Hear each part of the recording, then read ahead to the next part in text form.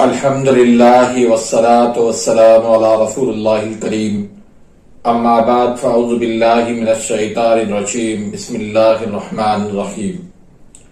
मोहतरम नाज़रीन कराम, मोहतरम भाइयों और बहनों, अस्सलामु अलैकुम रहमतुल्लाहि व बरकातुहू।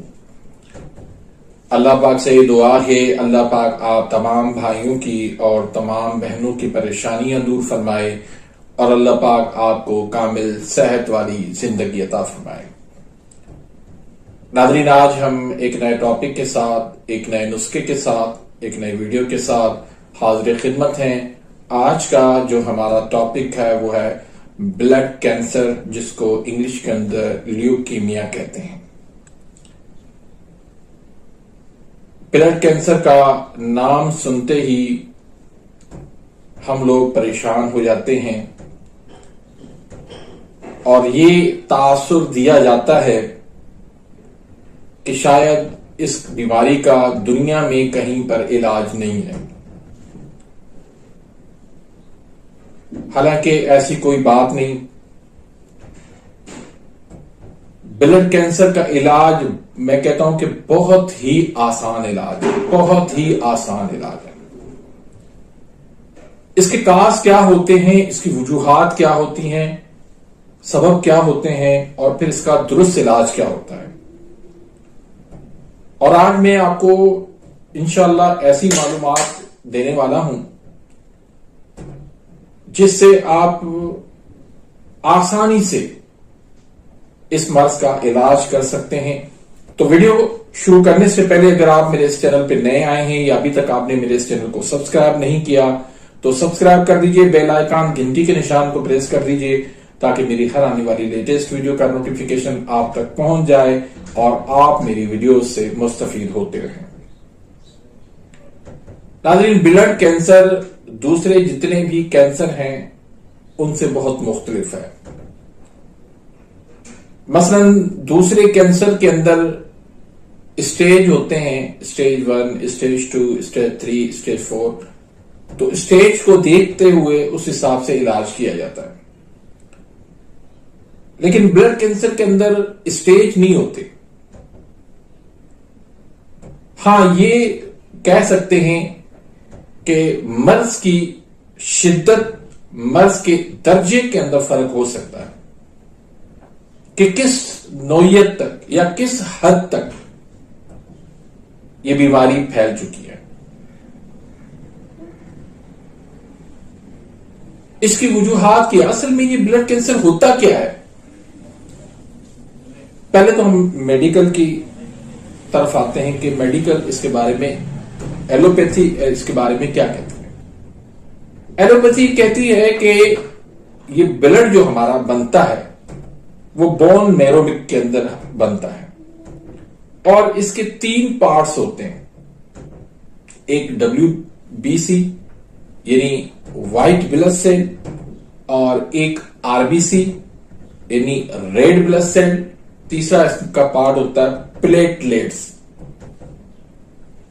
अब क्या होता है कि इन तीनों चीजों का इरेग्युलर हो जाना,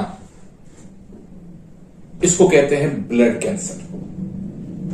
अक्सर जो देखा गया है इसमें white cell, white blood cell जो है वो बहुत ज्यादा इरेग्युलर हो जाते हैं, वो बहुत ज्यादा बन जाते हैं और बहुत ज्यादा उसमें टूट फूट होके वो ब्लड के अंदर शामिल हो जाते हैं, जिसकी वजह से फिर उनका ब्लड जो है वो नहीं बन पाता। इसलिए इसको जो है वो ल्यूकेमिया या ब्लड कैंसर कहा जाता है।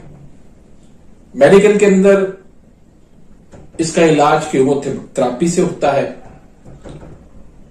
और फिर उसमें चांसेस जो है ना ये होते हैं, वक्ती तौर पे तो आराम हो जाता है, लेकिन जैसे ही दवाई का असर खत्म होता है तो फिर से उसकी अलामात वो शुरू हो जाती हैं। अब इसकी अलामात क्या होती हैं। अलामात में कमजोरी हो जाना, जिस्म के मुख्तलिफ हिस्सों से खून बहना, जैसे नाक से नक्सीर बहना, मुंह से खून आना, पखाने से खून आना, इस तरह की अलामात जो है वो इसमें जाहिर हो जाती हैं। थकावट बहुत ज्यादा हो जाना, भूख ना लगना, भूख बंद हो जाना, इस तरह की अलामात इसमें पाई जाती हैं। मैंने अल्लाह के फजल करम से ब्लड कैंसर का इलाज किया है और अल्लाह के फजल करम से उसमें मुझे बहुत ज्यादा कामयाबी मिली। मैंने किस तरीके से इसका इलाज किया, मुझे कामयाबी कैसे मिली और मेरा जहन अल्लाह ने किस तरह इस हवाले से खोल दिया, अल्लाह ने किस तरह मुझे इस हवाले से मालूमात दी। हालांकि तिब्बे यूनानी के अंदर और कानून मुफरद अज़ा के अंदर जिस तरह की किताबों के अंदर बातें लिखी गई हैं उससे बिल्कुल मैं हट के बात करूंगा। वो कुछ और बताती हैं, लेकिन जो मेरी तहकीक है, जो मेरा नजरिया है और जो मैंने इलाज किया है, जो मैंने मरीजों को देखा है। अब मसलन मैं आपको एक मिसाल देता हूं कि एक मेरे पास बच्ची आई, उसकी मैंने नब्ज देखी, आसाबी उजलाती थी, भूख उसकी बंद थी, भूख बिल्कुल नहीं लगती थी, कमजोरी उसकी बहुत ज्यादा थी, आंखें उसकी बिल्कुल सफेद हो चुकी थी, खून का नामो निशान उसके अंदर नजर नहीं आ रहा था। तो मैंने अल्लाह के फजल करम से उनका 2 महीने इलाज किया। 2 महीने इलाज करने के बाद अल्लाह के फजल करम से वो बच्ची माशाल्लाह बहुत ज्यादा सेहतमंद हो गई, खाना पीना उसने शुरू कर दिया, खून उसका बनना शुरू कर दिया, खेलना कूदना पढ़ाई करना वो बिल्कुल नॉर्मल हो गया अल्लाह के फजल करम। उसने जाकर रिपोर्ट करवाई तो उन्होंने कहा कि इसको कोई भी कैंसर नहीं है।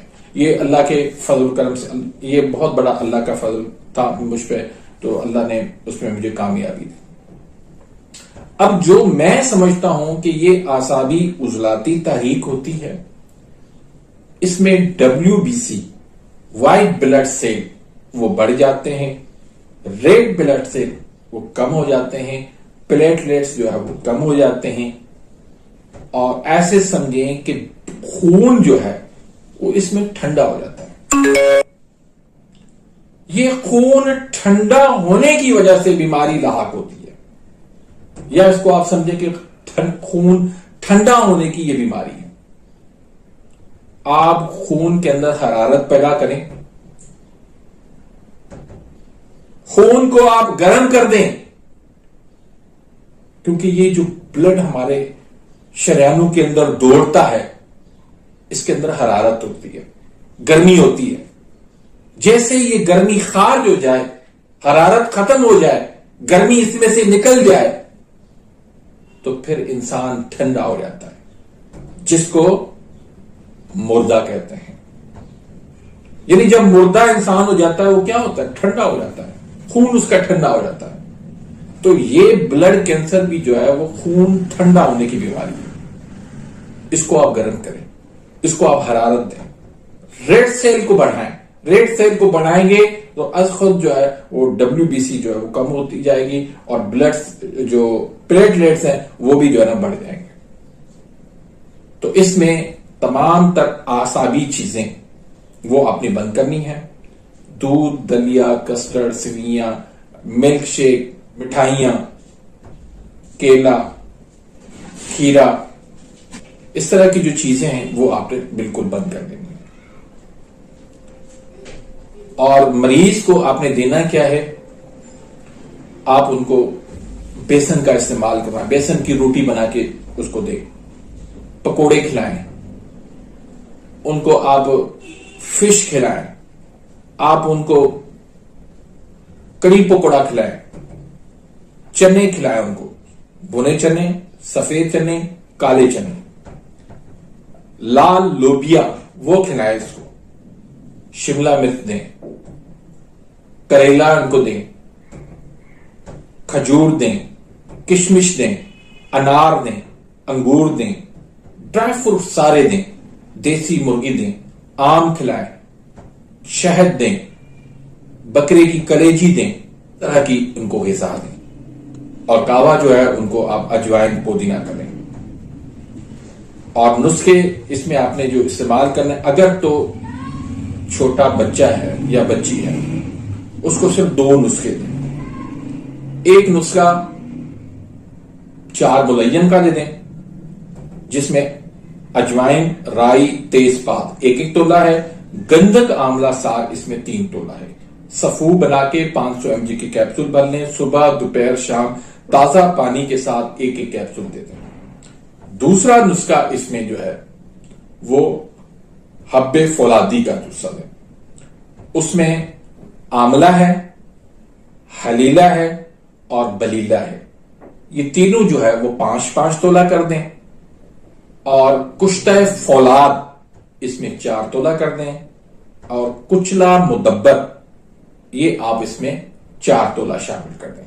इसका भी आप सफू बना के 500 mg के कैप्सूल भर लें। सुबह, दोपहर, शाम 1-1 कैप्सूल दे दें। ये 2 नुस्खे आप काफी हैं। अगर भूख उसको नहीं लग रही तो चलो मुकव्वी मादा जो है वो भी नुस्खा इसमें आप शामिल कर सकते हैं। तो ये आप बच्चों की इलाज बता रहा हूं। अगर बड़ा है तो उनको आप हब्बे फौलादी दें, 4 मुलय्यन दें और तीसरा जो नुस्खा बड़ों के लिए वो हब्बे सलातीन का नुस्खा दें। उसके अंदर क्या क्या चीजें, बहुत जबरदस्त शानदार नुस्खा है। उसके अंदर मगज जमाल गोटा है 10 ग्राम, शंगरफ है रूमी 20 ग्राम है, कुचला मुदब्बर है 40 ग्राम, राई है 80 ग्राम। तो इसमें जमाल गोटा को पहले आप दूध के अंदर उबालेंगे, उसका छिलका उतार के उसका मगज आपने खुश करके उसको पीस लेना है और शंगरफ रूमी को जो है आपने मुदब्बर कर देना है, कुचला को भी आपने मुदब्बर कर देना है और राई को भी आपने सफू बना के इसमें शामिल कर लेना है। तो ये सफू बना के इसके भी आप 250 mg के कैप्सूल बना लें। अगर ज्यादा आप इसको तेज करना चाहते हैं तो आप 2 कैप्सूल भी एक साथ दे सकते हैं। तो 250 mg की कैप्सूल बना लें या फिर दाना मूंग के बराबर इसकी आप गोलियां बना लें। 1 गोली सुबह दे दें, 1 गोली दोपहर को दे दें, 1 गोली रात को दे दें ताजा पानी के साथ। हब्बे फौलादी 4 मुलय्यन वो भी इसके साथ जरूर दें। तो अल्लाह के फजल करम से आप चंद दिनों के अंदर देखेंगे कि मरीज की सेहत जो है वो बेहतर होना शुरू हो जाएगी। तो इस तरीके से आप ब्लड कैंसर का इलाज करें। इसको घबराने की कोई जरूरत नहीं, परेशान होने की कोई जरूरत नहीं। बहुत सादा सा, आसान सा इसका इलाज है, कोई मुश्किल काम नहीं है। इसको आप आसानी से इस मर्ज से आप मरीज की जान छुड़ा सकते हैं। तो सदका जारिया समझ के इस वीडियो को आम करें, शेयर करें। अपनी दुआओं में खुसूसी तौर पे याद रखिएगा बंदा नाचीज को। अल्लाह हाफिज।